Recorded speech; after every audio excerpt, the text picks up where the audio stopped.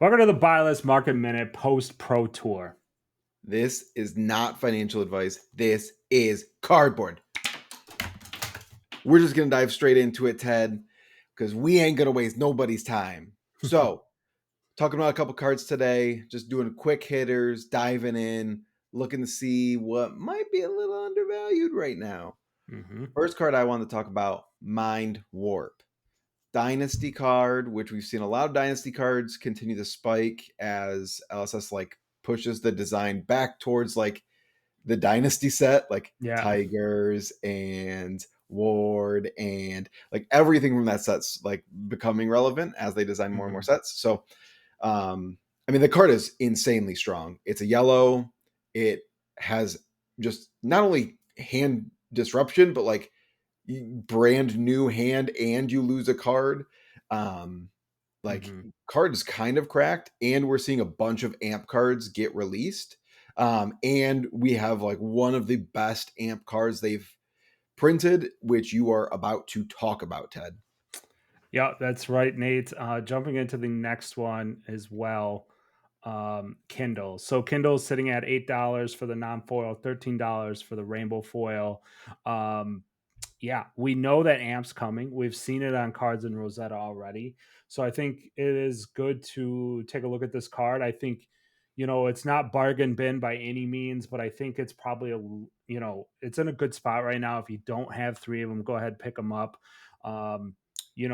It's playable card right now. Kano's playing it. He just won a Battle Hardened and Living Legends.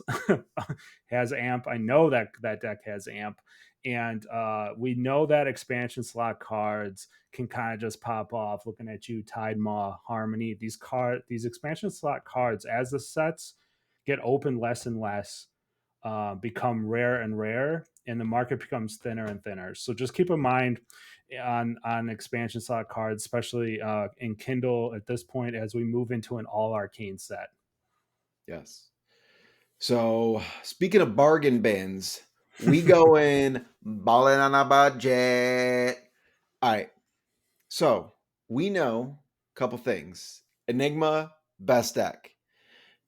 We know that that didn't even change your face. Confirmed, best deck. Also, we've seen on Zareth's weapon, and let's be real, it's Zareth. Yeah.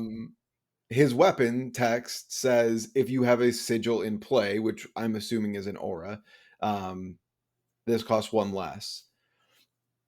We are getting rune blades that care about auras. I'm thinking we're gonna hit some auras here. And diabolic offering. No, diabolic ultimatum. That's the card I actually wanted to talk about. Diabolic ultimatum, great card at destroying auras, and it's basically free. I think they're giving them out with any TCG player order right now. So scoop them up, because that card could be very meta relevant if we see a lot of things that any of the channels, there's just so many things they could put in the set that really matter. And some of the setup stuff we saw from Dynasty, like Blessing of Aether, there's a lot of auras that could come into the meta and really matter. So really interested in seeing how that might play out. Yeah, for sure. Yeah, and then jumping into the next card I want to talk about, Nate. We've talked about this card many a times. I think probably over 5 times in the lifetime of this podcast. Toma fendel. Setting at $5 for the non-foil, $30 for the rainbow foil. FYI, rainbow foil majestics from WTR are rare. They're very hard to hit. Just a little side note there. But $5 for the non-foil, right? We've talked about this card. We even gave a little story that Michael Hamilton said that, this is one of the first cards he would ban. He thinks it's absolutely busted.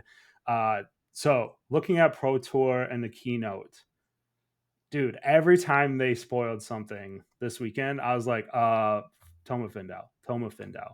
Let's start with Rune Blades. They have creepers still. Creepers, yep. I don't think creepers get outclassed. Very hard to do. If they outclass creepers, oh boy. Um, so I think creepers are a pretty safe bet. I mean, anything can happen, but if you don't know, creepers in Toma Fendel were used very well in chain and other rune blades. You can block with an attack action, still you activate creepers, get your hand back, gain some life. There's a lot of interesting things you can do with that card. Yeah. Now, the life gain comes into a big play with Toma Fendel now. So we have Runeblade cards that say create X rune chance, and that's based on the life you've gained this turn. Toma Fendel gains you life. You can create more rune chance. I believe the card is Thistle, Bloom, and Life. So that's on the Runeblade side. So that's on Florian's side. And then also Verdance does arcane damage on life gain. So if she has a way to gain an action point, she is a wizard. That kind of is their shtick. Generally, is doing things without action points, right? It's like there's no guarantee here. There's no clear path how she would do this right now, other than Mage Masters, which is like not ideal. I don't think. Yeah. But you're still gaining life. Toma Fendel is drawing you cards. $5 is still pretty good value for this card. Pick up your play set now. This card could move up quite a bit. Maybe Yeah. $10 somewhere in there. So Yep. you don't want to be paying $10 to $15 a piece for these. Oh, you want to catch that before that ship sails. Yep. And then my last card here on this little market minute here is Skullcap. This one's seen a little bit of action since Rosetta came out, right? Again, all arcane set, where do we go? The de facto AB in the game for a long time was Skullcap, right? Because it was the de facto generic helmet. If you have less health, you get AB and you get some block. Has very good block. Now, this one I would warn a little bit, Nate, about it could just be outclassed by a helmet in the set. We do know that LSS is actively looking at moving armor and legendaries as playable over previous sets of armor as well. So be careful on this one. But if you don't have one in your collection, at $21 for the non-foil and 31 for the rainbow foil, it's not a bad grab at $31 or 21, even if you don't care about that. The fact that they're reprinting it in Japanese tells me all I need to know. Like, Yeah, that's a great it's point. I forgot it about that. it's reprinted in the Japanese printing of the set, meaning they really want them to have a native language copy of this because they think it is critical to the upcoming meta. Mm-hmm. Yeah. I listen, I'm not a rocket scientist. I just yell about cardboard on the internet. I don't need to read between those tea leaves. Mm-hmm. So, but yeah, thanks everybody for joining us for the market minute. Like, subscribe, hit that notification button. We're gonna do some more of these as we run into Rosetta. And remember, always put your money where your mouth is. Boom, boom, boom. Peace. Peace.